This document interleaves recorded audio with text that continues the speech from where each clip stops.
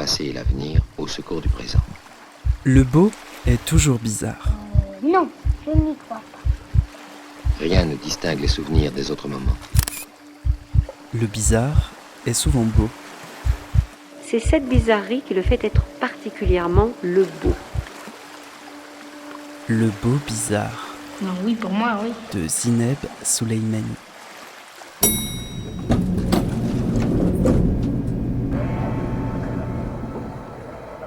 Bonjour à toutes, bonjour à tous. Bienvenue dans le Beau Bizarre, un espace sonore libre et hybride. Un espace qui continue d'explorer la cartographie des festivals, des arts vivants. Assurez-vous de ne rien oublier à votre place.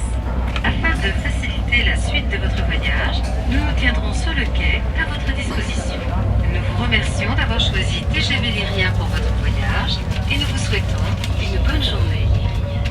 Et pour 3 épisodes durant, nous serons à Nyon, petite ville suisse à distance quasi égale entre Genève et Lausanne. Avec ses 25 000 habitants, c'est-à-dire moins que les 30 000 qui peuplent mon quartier de la Goutte d'Or à Paris, c'est une terre de festivals.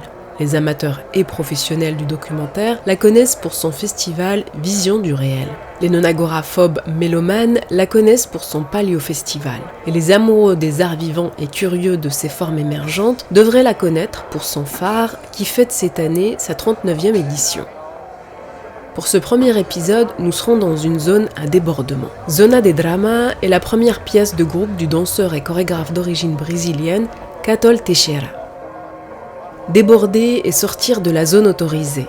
Être en zone de transition. Transiter d'une zone à l'autre, d'un corps à l'autre. L'outil est un corps qui se transforme, qui se laisse traverser par diverses techniques. Un corps transitoire. Un corps transitoire peut peut-être devenir le canal des histoires non racontées. Il faut explorer pour le savoir. Le corps alors comme une archive politique vivante.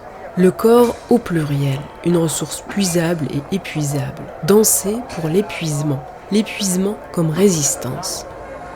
Voici en partie la feuille de route exploratoire qui imprime l'ADN de cette nouvelle pièce de Cathol Teixeira. J'ai voulu en savoir plus et je suis heureuse d'avoir à mon micro Cathol Teixeira qui a fait l'effort de répondre à mes questions en français. Mais d'abord, un peu plus de contexte avec Anne-Christine Liske, la directrice du Phare Festival.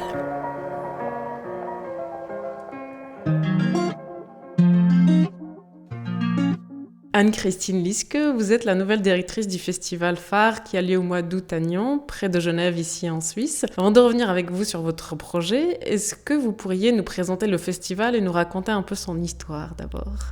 Le festival Phare, Festival des Arts Vivants, est né il y a 39 ans. Voilà, c'est la 39e édition. Ça s'appelait les Théâtres d'été avant, quand il a été créé par Ariane Karcher. Puis il a été dirigé par Ariane Karcher pendant une dizaine d'années, je crois, un peu plus. Puis après par Véronique Ferraud de Lacoste. Et puis depuis donc 1 an et demi par moi-même. C'est un festival donc à Nyon, qui est une ville où il y a maintenant 23 000 habitantes environ, au bord du lac Léman. Une des spécificités, c'est l'in situ. Enfin voilà, il y a certes des projets dans les salles, mais il y a aussi toujours des projets en lien avec l'extérieur ou une maison spécifique, une bibliothèque, etc. Avec quel projet vous avez été nommé du coup à la tête de ce festival ? Voilà, le projet était probablement dans une continuité, ce qui avait été déjà fait par Véronique Ferraud de Lacoste. Effectivement, avec l'importance de l'espace public, de l'in situ, des populations ici. Puis on a assez vite mis en place un projet, mais qui est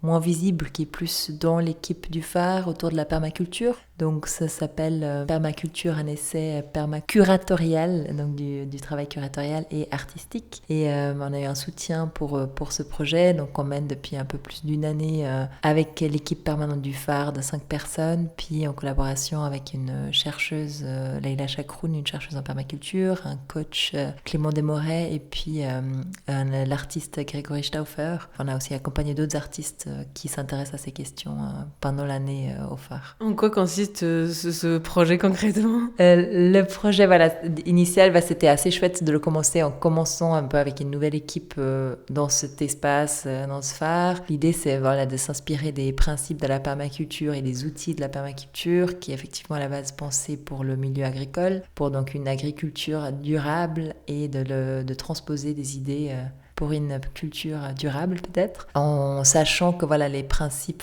de la permaculture sont assez souples finalement. Enfin voilà, il y a beaucoup une question, il y a selon les théories, il y a un peu entre 8 et 12 principes, mais un des premiers, c'est observer et interagir. Donc voilà, il y a toute une question un peu de connaître un espace, d'observer, et puis après de réagir par rapport à ça. Puis après, il y a toute une série de principes, mais qui sont assez... Enfin, toute interprétation est possible, disons. Donc voilà, du coup, on a fait une cartographie du phare par rapport à Nyon, une cartographie du phare par rapport à l'Europe. On a imaginé notre bureau idéal et du coup, suite à ça, on a changé peut-être quelques meubles. Enfin, il y a des choses très concrètes, mais du coup, le projet nous porte aussi dans l'équipe et puis je pense qu'on le transmet vers l'extérieur, vers les artistes, etc. Donc l'édition 2023 est votre seconde édition du festival en tant que directrice, mais c'est la toute première, je crois, programmation que vous signez. Quels sont les axes que vous vouliez défendre et qui pourraient constituer les fils rouges de cette édition ? Comme les années précédentes, on a choisi un titre pour l'édition, mais effectivement le titre vient en cours de route. Enfin, il vient quand on a déjà choisi un certain nombre de projets et d'artistes qu'on accompagne ou qu'on invite. Donc cette année, c'est Effervescence au pluriel. Et du coup, le titre pour nous, il racontait différentes choses. Il y avait à la fois les effervescences festives, voilà, parce qu'on est un festival au mois d'août et qu'on fait aussi on a aussi proposé pour la première fois des concerts cette année, par exemple. Donc voilà, il y a cette idée de fête et de se rassembler à plusieurs. Puis Effervescence, ça renvoie aussi à des bouillonnements forts dans la société, de nature politique, intellectuelle, émotionnelle, écologique. Et puis on s'est rendu compte que beaucoup d'artistes traitent de ces questions de transformation, de métamorphose dans les projets qu'on a invités. Et il y a aussi Effervescence au pluriel renvoie peut-être aussi à une diversité un peu de propos. Enfin voilà, on s'est dit c'est important pour nous d'ouvrir peut-être plus de portes vers ce festival. Et puis du coup, il y a du théâtre, de la danse, mais il y a aussi un projet de cirque dans les rues de Nyon. Il y a un projet jeune public, il y a des concerts. Puis voilà, il y a des artistes nationaux, de Suisse d'ici, puis des artistes d'autres pays européens ou avec des backgrounds plus larges, plus globaux. Oui, il n'y a pas forcément un axe central qui serait autour de l'émergence. Il y a à la fois des artistes confirmés comme Jérôme Bel, mais il y a aussi des premiers projets avec des artistes pour qui peut-être c'est le premier ou le second projet que vous présentez aussi. Il y a aussi cet équilibre-là à trouver, non ? Oui, exactement. Il y a aussi cet équilibre-là. Il y a effectivement un focus plus sur l'émergence, mais ça ne nous empêche pas d'inviter des artistes très confirmés comme Jérôme Bel pour aussi montrer des grands artistes connus dans le monde à Nyon, quoi. Bonjour, aujourd'hui on est à Lyon. Ça fait à peu près 18 degrés. Zona de Derrama, je vous invite à suivre le mouvement de ces gens qui vont à la Grenette. Le rendez-vous est là-bas, c'est à 5 minutes de là. J'y vais aussi après avoir fait cette annonce. Vous pourrez me suivre si vous ne savez pas où c'est. Bonjour Lyon, bonjour Suisse. Ouais, aujourd'hui on est là avec 2 kilos de saucisses pour seulement 9,99.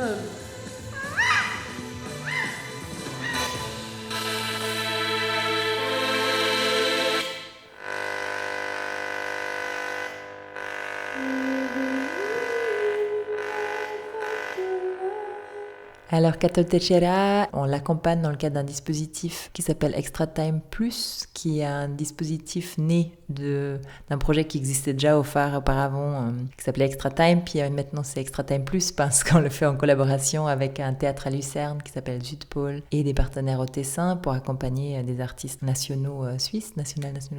Et donc Cathol a proposé dans le cadre de ce dispositif de faire une création collective, donc la première création collective avec aussi Auguste de Borsiti et Luara Rayo et la compositrice, créatrice sonore Louise Lemgruber du Brésil. Et le projet s'appelle Zona de Derrama, zone de débordement traduit en français, puis ça traite beaucoup, de questions il y a 2 angles. Il y a une question de l'eau comme une ressource qui a un côté privé, qui est notre corps est composé à 70% d'eau, puis qui a aussi une importance politique comme ressource. Après, de manière plus sous-jacente, il y a le statut de Cathol qui est d'origine brésilienne, comment il vit en Suisse, quel statut ils peuvent avoir. Donc voilà, il y a un peu un mélange, aussi les questions de genre, de fluidité de genre, de transition de genre, important dans le parcours de Cathol maintenant et d'autres artistes du projet. Ouais, c'est mon opinion personnelle. C'est que mon opinion personnelle, en fait. On fait ça. Écoutez ce titre sur la radio Plus Club. 5 de Chantendu.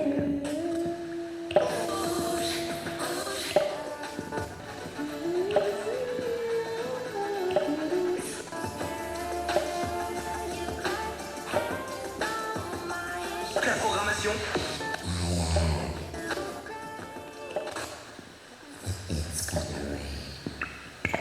Du printemps de la... Hi. Do you want to sing?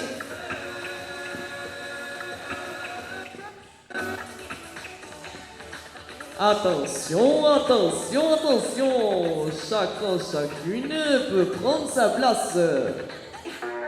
Catol Teixeira, comment vous souhaitez que je vous genre? Pour commencer, je pense que c'est important de préciser cette chose-là, non? Oui.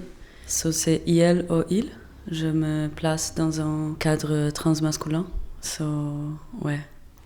Vous présentez ici au festival Phare à Nyon votre nouvelle pièce, Zona de Drama, votre première pièce de groupe, un spectacle pour 3 corps et une musicienne. Qu'est-ce qui vous a décidé à passer à une pièce de groupe après plusieurs solos? Je pense, bien sûr, c'est la question de dealer avec des questions qui sont collectives aussi avec plusieurs corps. En même temps, je ne me sens pas tout seul quand je fais un solo. Il y a beaucoup de présence et d'absence que j'invite aussi à danser avec. Mais je pense que c'est aussi un parcours que je prends le temps et le calme pour savoir qu'est-ce que j'ai à offrir, pour que les autres pourraient aussi habiter un espace avec moi. Et je pense que c'est intéressant parfois aussi de prendre le temps et de aussi... Je lis beaucoup, j'ai essayé de comprendre qu'est-ce que je voulais faire avec... qu'est-ce que ça veut dire chorégraphier. So, je pense de donner le temps pour moi, c'était important. Et j'aime bien être interprète. So, j'étais interprète plusieurs années au Brésil et parfois aussi être guidée, par exemple dans une session d'improvisation et de danse. Il y avait vraiment des personnes qui m'ont guidée dans des séances comme ça et que ça me touchait beaucoup. J'avais tout le temps cet désir d'apprendre comment on offre aussi un espace qui se partage et qui est en guide. So, j'avais toujours ce désir de faire ça, mais je savais que c'est aussi une position qui demande beaucoup d'engagement sur une autre position. Voilà. Je pense avoir l'accès d'institutions aussi, parce que bien sûr, il y a une question de production, de comment on va faire que ça être possible, que tout le monde aussi a le temps pour être bien, qu'il a l'argent pour être payé. So, je pense que ça, c'est aussi toujours bien important de comprendre pour moi. Et le temps, il laisse que j'apprenne aussi avec ça. Et là, maintenant, c'est vraiment 2 amis à moi et des moments complètement différents de ma vie. So, Luara Hayo, qui c'est une personne qui vient du Brésil aussi et que j'ai rencontré ici. So, et qu'on a commencé, on va dire, danser ensemble sur un côté un peu plus festif. Et Auguste, c'était la personne que j'ai étudiée en même temps, mais pas dans la même classe à la manufacture. So, c'était vraiment 2 amis de contexte et des moments super différents. Et je pensais, ouais, ça pourrait être intéressant de danser ensemble, parce que ça fait aussi pour moi un peu un bridge, de penser comment aussi moi je rencontre et fais des amitiés en différents contextes de ma vie, mais en même temps tout le monde danse. So, je sais pas, je pense que c'est ça. Zona de Drama, comment il faut le comprendre, comment il faut l'entendre, quelle était l'intuition aussi du coup qui a précédé au projet? J'adorais que tu utilises le mot intuition, c'est assez fort pour moi, je pense. Et c'est charmant aussi d'inviter des gens, c'est assez intuitif aussi. Bon, Zona de Drama. Zona, je pense qu'il arrive pour qu'il y ait une compréhension d'un espace qui a une temporalité spécifique, une zone. Et cette zone, elle n'est pas déterminée pour une limite concrète ou qu'on pourrait nommer, mais on le sent. Quand tu es dans une zone d'enjeu, en zone d'amour, on ne sait pas vraiment où ça commence et où ça termine, mais on la sent. Il y a un truc sensoriel. Et je trouve que la danse, il y a pour moi une sensation assez proche de cette expression zonée.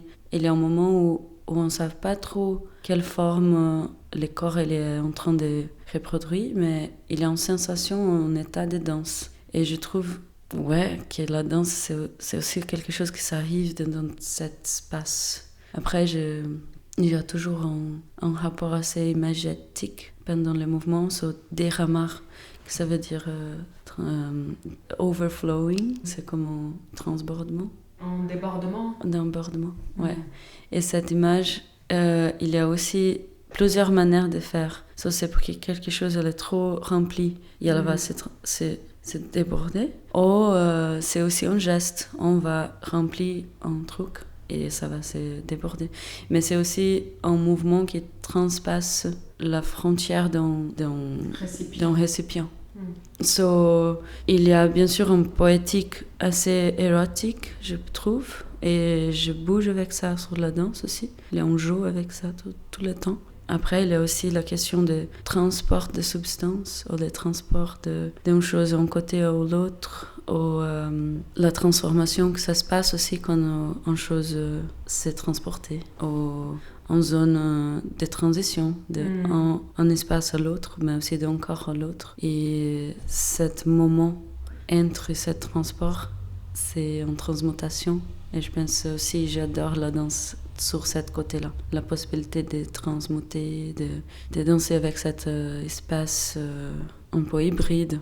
Ça vient un peu de là. En zone, c'est aussi quelque chose qui pourrait arriver, mais qui n'est pas encore là.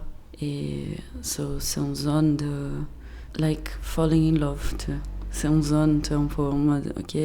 Au bord. Au bord, ouais. Ou falling out of love, je sais pas. Mais on ne sait pas vraiment quel se passe et quel temps, mais il y a quelque chose qui se passe. Et c'est assez mystérieux, mais c'est assez tactile. Et je trouve ça au corps toujours super important aussi. Les mystères, mais c'est super tactile. It's inscribed in the flesh. C'est comme des rêves. C'est pas la réalité qu'on est là maintenant, mais on se réveille si on a un rêve, je sais pas, un nightmare, on se réveille. Il y a une réaction encore, mais c'est dans un autre espace. Je trouve que la danse, elle s'est inscrite pour moi aussi dans cette zone, c'est un peu ça. C'est un peu... Et ensemble, on essaye de créer des différentes zones où on pourrait inhabiter et être habité aussi par cette zone, pour qu'il y a bien sûr en production d'une zone, mais il y a aussi, il y a déjà une zone de quelque chose. Si on invite un public, c'est quel c'est le public. Pendant la chorégraphie, on a créé plusieurs zones et il y a un dessin dans l'espace qui se commence en spirale. Toute cette zone, en vrai, c'est un exercice pour essayer d'apprendre comment habiter cette spirale. La première fois qu'on creuse les centres du plateau, on arrête pour que le magnétisme de milieu, il est trop fort, c'est comme un tornado. C'est comment qu'on va arriver au centre. Et après, on va être changé nécessairement. Pour qu'après, si on arrive de faire ça, il y a quelque chose qui change. Comment qu'on deal aussi avec les changements de quelque chose. Je trouve aussi intéressant qu'on se pose des questions sur comment on régénère, mais aussi comment on continue en savant qu'il y a des choses qu'on ne va pas régénérer. Cet espace de friction, je trouve important aussi de se poser cette question. Il y a un geste et on a besoin de faire le geste de régénération, de réparation, mais il y a quelque chose qui reste irréparable peut-être. Et comment qu'on va y aller, comment qu'on va danser avec ça aussi. Une autre fois, la danse pour moi c'est un outil assez fort. I trust beaucoup la danse comme un geste d'apprendre à être dans cet espace. Les corps, mais pas comme on l'entend souvent, c'est-à-dire pas comme en tant qu'objet anatomique. Ça, je dirais que c'est une des fictions du corps qui a été inventée après la Renaissance. Une fiction politique vivante. Pour moi, les corps, j'appelle ça plutôt, j'essaie de déplacer la notion du corps et travailler avec une notion que j'appelle somathèque, c'est-à-dire en fait une archive politique vivante. Et dans cette archive politique vivante, il y a un ensemble des représentations, des cadres épistémiques, des discours, parfois des lois, parfois des institutions, parfois des instruments, des techniques qui sont pas toujours en continuité, qui sont pas toujours en alliance les uns avec les autres. Il y a aussi des ruptures très violentes. Et donc nos corps, si on les entend comme ça, moi je les vois vraiment comme ces fictions politiques vivantes sont les résultats de ces alliances improbables et de ces luttes des différents régimes politiques, des différentes techniques et différentes représentations. Et en tant que philosophe, j'essaie de travailler en fait avec cette archive politique vivante. Alors c'est intéressant parce que vous hochiez la tête en acquiesçant pendant que vous écoutiez cet extrait. C'est intéressant à relever parce qu'on ne le voit pas à la radio. Alors ici, le philosophe Paul B. Preciado parle du corps comme concept qu'il travaille dans sa pratique de philosophe trans. Le corps comme lieu du changement, le corps comme lieu d'instrumentalisation, le corps sexuel, le corps biologique et le corps comme donc archive politique vivante. Et vous avez choisi le corps comme un outil d'expression et d'expérimentation aussi, le corps comme ressource au sens pluriel. Pourquoi d'abord et quelle est la fonction du corps dans votre travail et dans votre pensée politique? Oui, ça, dans cette côté, ça s'aligne beaucoup avec quoi Paul a dit dans cet extrait. Cette idée que le corps il est aussi en archive. Il y a des choses qui parfois se combattent aussi. Par exemple, quand je pense des ressources, c'est parce que c'est un mot qui, quand je pense même des ressources de cette nature, on va dire aussi de corps. Et c'est un embat sur, comment on dit en français, mais de la qualité, on va dire, organique de cette matière, mais aussi politique. Et ça, c'est toujours en conversation, et parfois en combat, et parfois en tension, mais ouais, et c'est a bit reclaiming aussi. Et là-dedans, je pense qu'il y a aussi cette force un peu d'être un espace d'expérimentation pour cet corps qui a compris comment cette archive aussi des souvenirs et aussi d'ancestralité, aussi de cette rencontre dans ces moments-là et comment qu'on va danser. Ça, c'est la question qui vient toujours à moi, parce que je danse pas parce que j'aime danser tout le temps. J'aime pas danser tout le temps. Il y a des jours où je dis waouh, mais j'ai besoin de le faire pour que c'est la manière que j'ai trouvé de exactement exister dedans cet espace vraiment assez physique, cette matière qui c'est toujours politique et organique, pour qu'après comment qu'on va discuter des questions assez d'accessibilité aussi, de différents corps, et qui c'est en vrai c'est une question bien sûr politique et culturelle. Ça me donne beaucoup de matière de penser et de bouger aussi. Justement, peut-être c'est le moment de revenir, parce que vous l'avez un peu esquissé au début. Vous êtes né au Brésil, vous vivez aujourd'hui à Genève après un passage à l'école de la manufacture de Lausanne, mais votre corps a été traversé par la danse classique, par le cirque aérien au Brésil où vous avez passé vos premières années. Comment ces différentes couches de pratiques se sédimentent dans votre corps et se réactivent ensuite selon les projets, selon les nécessités, selon le moment, selon le présent? Ouais, je pense la question de technique, c'est assez intéressant. Pour qu'en vrai, la technique, elle est un outil après pour qu'on pourrait transpasser aussi la technique, tu vois. Qu'est-ce que je pourrais dire sur ça? Comment que ça vient? Il y a une chose que j'ai appris avec cette intensité d'entraînement. Je suis physique, toujours. Et qu'est-ce que je voulais dire avec ça? Mais juste, normalement, j'ai un niveau de stamina assez fort, de bouger beaucoup, et d'avoir... entraîné, quoi. Je suis encore... je sais pas, en français, c'est horrible de dire... comment on dit un corps? Performant, on pourrait dire. C'est un corps qui a besoin d'être dans une forme de performance, de productivité du mouvement, du geste, vous diriez? Ouais. Ouais. Non, je sais pas. Que je pense qu'il y a toujours des mouvements. En vrai, en des pratiques, je fais plus de laisser mon corps assez longtemps au sol pour 30 minutes. Tous les jours, je fais ça.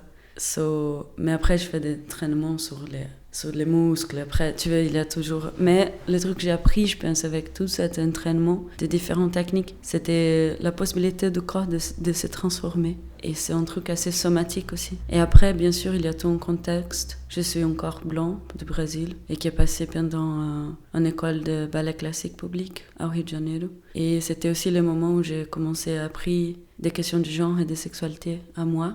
Et j'étais aussi violée sexuellement.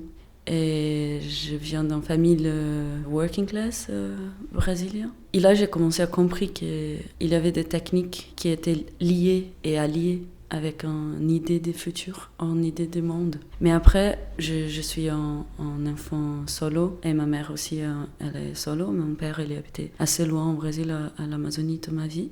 Et j'étais toujours trop en silence. C'était une enfance super joyeuse, mais j'étais assez en silence. Et toujours avec ma mère et un chien. Et danser, c'était un plaisir, parce qu'il y avait un truc de vraiment avoir le temps pour être en silence et être tout seul. Et c'était OK. Et après, j'étais assez obsessive à apprendre les ballets, et j'étais acceptée, parce que je viens du sud du Brésil en vrai. Et j'étais acceptée pour l'école publique à Rio. Et j'ai bougé là-bas avec 15 ans tout seul. Et pour ma famille, c'était pas facile de faire ça. Ma famille, c'était ma mère, en vrai.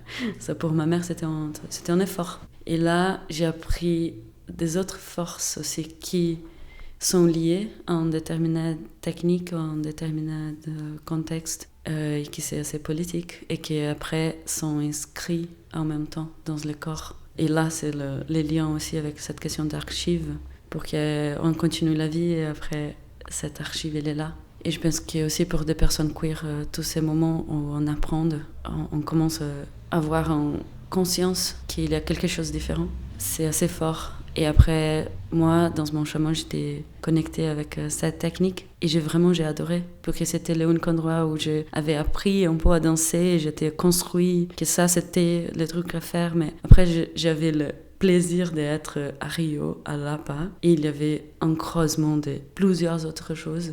Et j'ai commencé à sortir, rencontrer des gens et faire complètement des autres choses. Et c'est pour ça que je tombais au cirque. J'ai rencontré quelqu'un à l'école normale qui a dit « Ah, je fais un cours de cirque le soir après. » Et j'étais en mode « Ah, peut-être je viens. » Je pense que tout ça, à côté de la technique, en manière pure, ça inscrit aussi sur toute l'expérience d'apprendre sa position, de comprendre sa position aussi au Brésil, des questions de classe et de racialisation, que c'est assez un truc là-bas, et toujours trop dramatique, on va dire. Et bon, ça fait qu'il y a des impurités aussi dedans la formation technique. Je pense que ça m'a enseigné beaucoup, cette transition aussi. Justement, pour revenir à Paul B. Preciado, Paul B. Preciado se définit d'une manière qui raconte à la fois son expérience de transgenre dans un vocabulaire philosophique précis. Il dit de lui-même « Je ne suis pas un homme, je ne suis pas une femme, je ne suis pas hétérosexuel, je ne suis pas homosexuel, je ne suis pas bisexuel, je suis un décident du système genre-genre, je suis la multiplicité du cosmos enfermé dans un système politique et épistémologique binaire, je crie devant vous, je suis un uraniste confiné dans les limites du capitalisme techno-scientifique. »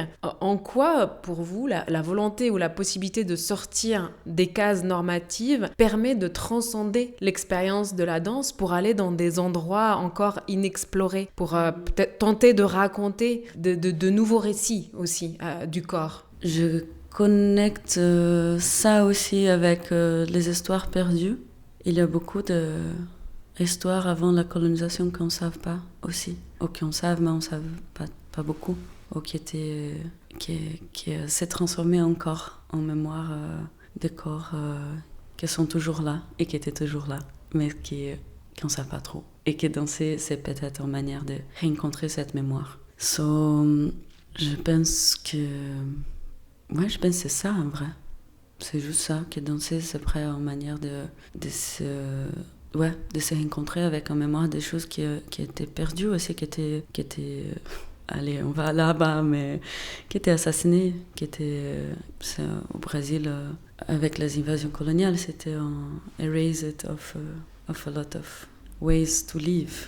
So on était, bon voilà. Mais est-ce que votre corps, il serait un passeur d'une histoire non transcrite, non écrite? Il y aurait comme ça un médium qui ferait passer ces mémoires oubliées dans votre recherche, vous diriez? C'est assez grande, mais j'ai essayé de faire le corps comme un Chanel, ça c'est sûr. Après, il y a des choses aussi à apprendre à se fermer et à s'ouvrir. Ouais, je pense que... Je sais pas si j'arrive maintenant à dire que mon corps, ça pourrait être ça, mais je pense que le corps, ça pourrait être ça. Justement, dans Zona de Drama, pour revenir et continuer de réfléchir à toutes ces questions fortes et complexes en même temps, je pense à l'élément de l'eau, par exemple, qui est présent de manière discrète mais importante quand même dans la pièce. Qu'est-ce qu'il vient raconter avec les corps? Est-ce que c'est un élément d'un rituel mystérieux? Est-ce pour nettoyer, pour purger, pour régénérer? Est-ce qu'il est plutôt érotique? Bon, les processus de création, je pense que c'était assez joyeux et de plaisir. On avait beaucoup de plaisir entre nous, moi, Loara, Auguste et Louisa. Et le lot, il était un peu toujours là. Et en vrai, un jour, on a fait une improvisation. Je sais pas vraiment, mais bon, on savait qu'il y avait l'histoire de l'eau dans ce processus, comme ressource, comme aussi la question de se baigner, même de se laver, laver sa main, laver son visage, prendre un bain, tout ça. Et un jour, on a fait une improvisation trop longue et c'était trop chaud et et pendant un moment, on était un peu dans un mood fête, les trois, et Loara a pris la bouteille de l'eau et commençait à jouer avec. Et ça, c'est aussi en mémoire de carnaval, par exemple, du carnaval que je connais, que c'est à Rio, et qui est à ces moments où on commence, c'est trop chaud, quoi. C'est 8h du matin, c'est déjà 40 degrés et tout le monde trop proche. Il y a aussi des voisins qui parfois va mettre de l'eau et tout le monde va crier et c'est un gros truc. Il y avait cette image qui est venue, on a dit waouh, mais c'est incroyable en vrai, parce qu'on n'arrête pas de faire la fête et on fait qu'est-ce qu'on a besoin, c'est par exemple se rafraîchir au bois de l'eau, mais on n'arrête pas de faire la fête. Il y a un peu cette... Et après, il y a une petite blague, dans la pièce, c'est une bouteille de Coca-Cola, sans l'étiquette, mais aussi la tempe, il y a le drapeau suisse. C'est juste... Tu fais une petite blague de faire un truc un peu... Mais ça arrivait un peu organiquement. On a invité cette image, on a aussi cette mémoire des fêtes, en mémoire de différentes références aussi au carnaval entre moi et Loara. Mais il y a cette invitation et des choses qui arrivent. Et après, on avait un hydrophone qui fait ce bruit aussi. Et je pense, Louise aussi, elle travaille beaucoup avec cette question organique et synthétique, sur ce croisement. Et on a commencé un peu à essayer d'avoir des sons directs avec cet hydrophone. Et après, moi, j'adore aussi toucher des questions, on va dire, en poétique, mais en érotique transmasculin aussi. Toute cette question de toucher trop fort l'hydrophone et toute cette connotation. Mais après, c'est aussi juste un truc doux. Après, c'est aussi juste pour laver les visages. Cette matière de l'eau qui pourrait changer la lecture et les associations. Ça pourrait être un truc juste pour se laver, ça pourrait être un truc de nettoyage, ça pourrait être aussi un truc érotique. En vrai, I don't know the name, les récipients qu'on a dans la pièce. Ouais, le seau d'eau. Voilà. Et il était dans le studio du phare. En vrai, c'était un jour, on dit « Ah, on essaye ça, non. » J'ai pris ce truc vert, rien à voir. Et après, j'adore ça pendant le processus qui parfois te dit « Ah, j'ai besoin de faire ça. » Ça te le mettre le truc là-bas. Et il commence à créer un sens, commence à créer en présence. Et ça, je trouve trop incroyable, que j'ai assez en difficulté de travailler avec des objets ou travailler avec une idée de scénographie avant que les corps s'engagent. J'ai du mal à penser « Ah, on va voir ça, on va voir ça ». Parfois, j'ai des désirs esthétiques, mais c'est trop vite qu'ils partent.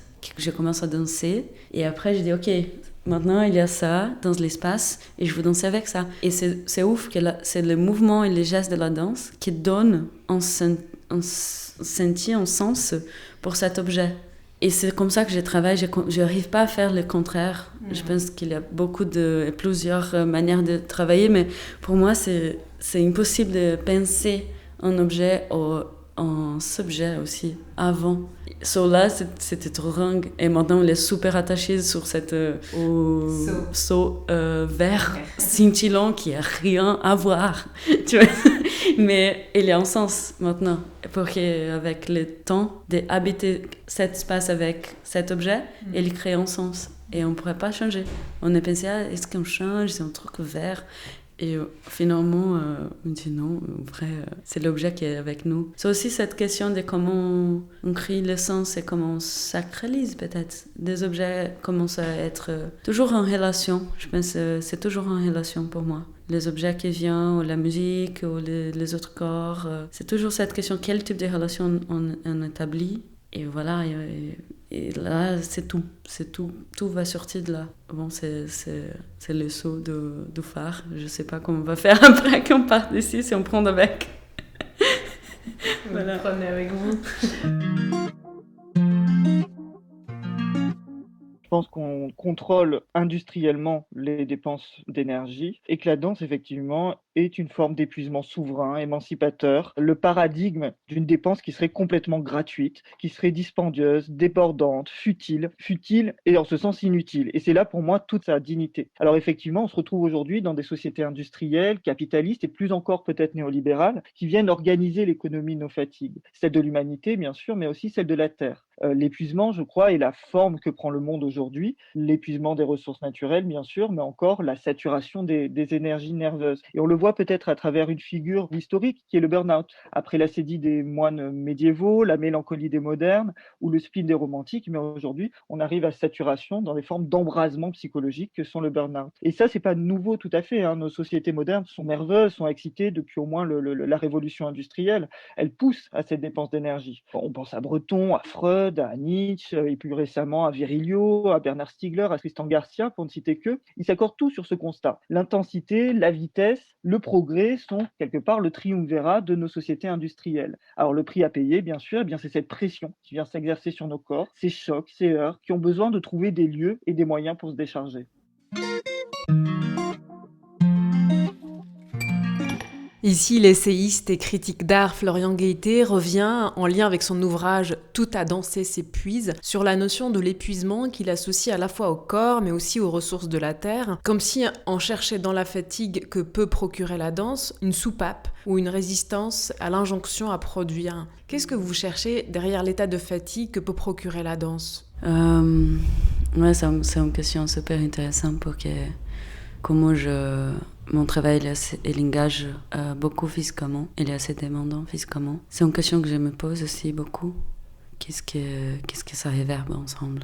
Après, ouais, personnellement, j'ai toujours une réflexion autour de faire du travail qui va négocier et qui va être partie d'un marché, soit d'un marché de couture et de l'art, et que c'est aussi guidé par mon désir. Et guidé par une nécessité, un désir de changer des choses. Ça, c'est toujours, bien sûr, une grosse question. Pour que j'ai une sensation que j'arrête jamais de travailler, mais en vrai, je ne me sens pas en travaillant quand je travaille.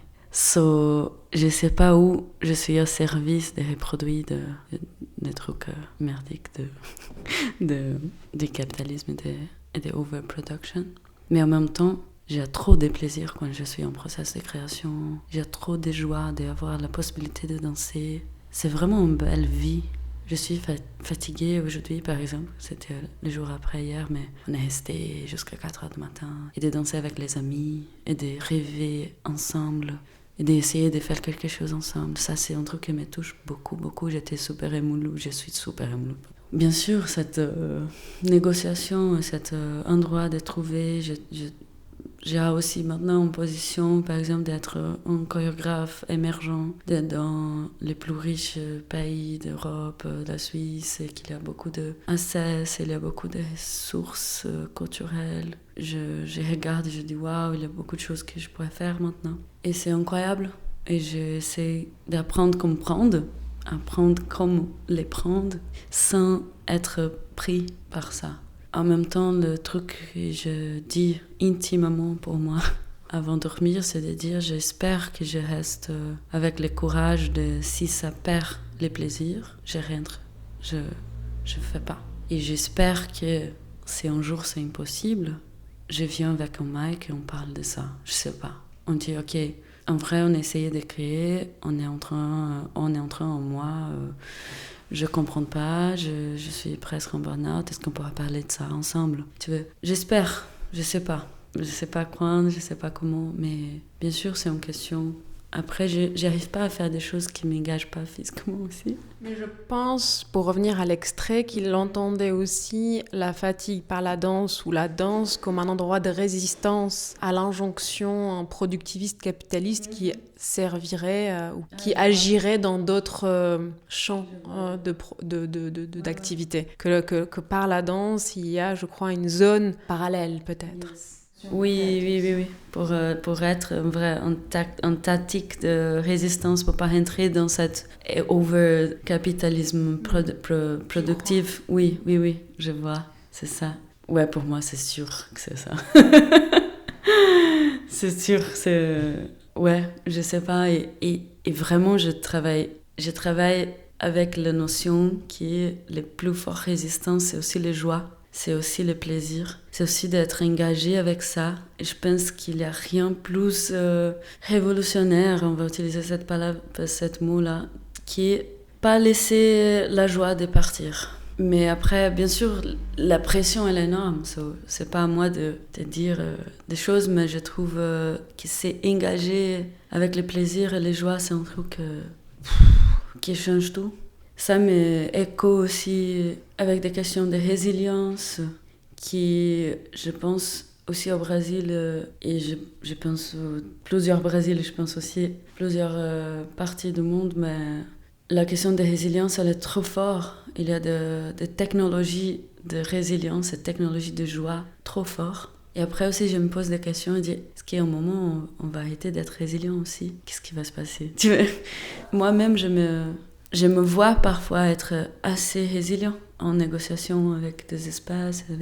J'adore faire des choses ou de créer l'art ou cette danse que j'essaie de créer avec quoi est là. Par exemple, cet exemple du saut. On va créer avec le truc qui est là. Après, en même temps, c'était un peu tricky pour qu'on ne peut pas romantiser la précarisation aussi. OK, on peut créer avec tout qui est là, mais en même temps, pas romantiser la précarisation. C'est un peu... Mais je sens que j'ai cette technologie dedans moi. Et j'ai du plaisir d'avoir ça. Je sens que la vie, elle est assez belle avec cette access d'apprendre ça. La technologie de joie, la technologie de plaisir. Je pense que c'est pas pour faire la fête, je viens pas. Ici, au Phare, nous avons assisté à la version extérieure du spectacle. Je crois comprendre qu'une version en black box va exister en 2024. Est-ce une recréation ou simplement une adaptation? Ça, c'est une belle question. Bon, comment maintenant la chorégraphie, elle est créée avec des zones différentes et il y a des mouvements spécifiques qui sont sortis. Mais en même temps, tout, ça pourrait être interprété d'une manière différente. Que la première zone qu'on a s'appelle ronda, et c'est un rondage, c'est de faire le tour, tout l'espace et regarder la frontière de l'espace, sur la frontière de cet espace performatif. Ça pourrait changer peut-être, les types de mouvements. Après, je suis sûre qu'on va être 5 pour la version de Black Box, toujours que j'aime bien d'avoir le temps. Et bien sûr, je vois que s'il y a 2 personnes qui vont entrer dans notre zone, ça va changer nécessairement. Même si on ne change pas la cartographie qu'on a maintenant, qu'on a en cartographie que c'est lié avec cette spirale, ça va changer la manière de rentrer, par exemple, au milieu et tout ça. Après, je suis assez intuitive pour dire cette mot une autre fois. Parfois, si on va être ensemble, et en vrai, il y a des choses qui ne font vraiment pas de sens pour cette collective de 5, on abandonne, tu vois. Je ne suis pas trop attachée sur des images ou des projections a priori. Après, c'est sûr qu'il y a un contexte de black box, ça va changer. Et on va jouer aussi avec les lumières. Maintenant, on fait juste la lumière du soleil et c'est un endroit où le soleil il bouge aussi pendant la performance. Et ça, c'était aussi pour négocier avec les étapes et de respecter le temps. Que comment c'est assez... un mouvement, pour moi, c'est assez un mouvement assez grand de dire, OK, j'ai quelque chose pour transmettre à toi. Et est-ce que tu aimerais venir avec moi dans cette dans cet univers que je suis en train de construire. Et ça m'a donné plus de calme, de penser en fait. On est Auguste et Loire, c'était la première fois qu'ils s'est rencontrés, mais moi j'étais assez bien amie. Ok, on a déjà un certain niveau d'intimité, on pourrait aussi adresser des choses avec un certain safety. Et après, quand on est 5, c'est un peu plus. Tu vois, et j'aime bien qu'il y a un chemin pour moi aussi des étapes, de pas juste jump inside of something. So, c'était un peu pour ça. Et comment quand on est dedans Black Box, et j'adore la Black Box, j'ai pas un côté on peut en sortir de la Black Box, c'est pas mon préoccupation, mais c'est un contexte spécifique.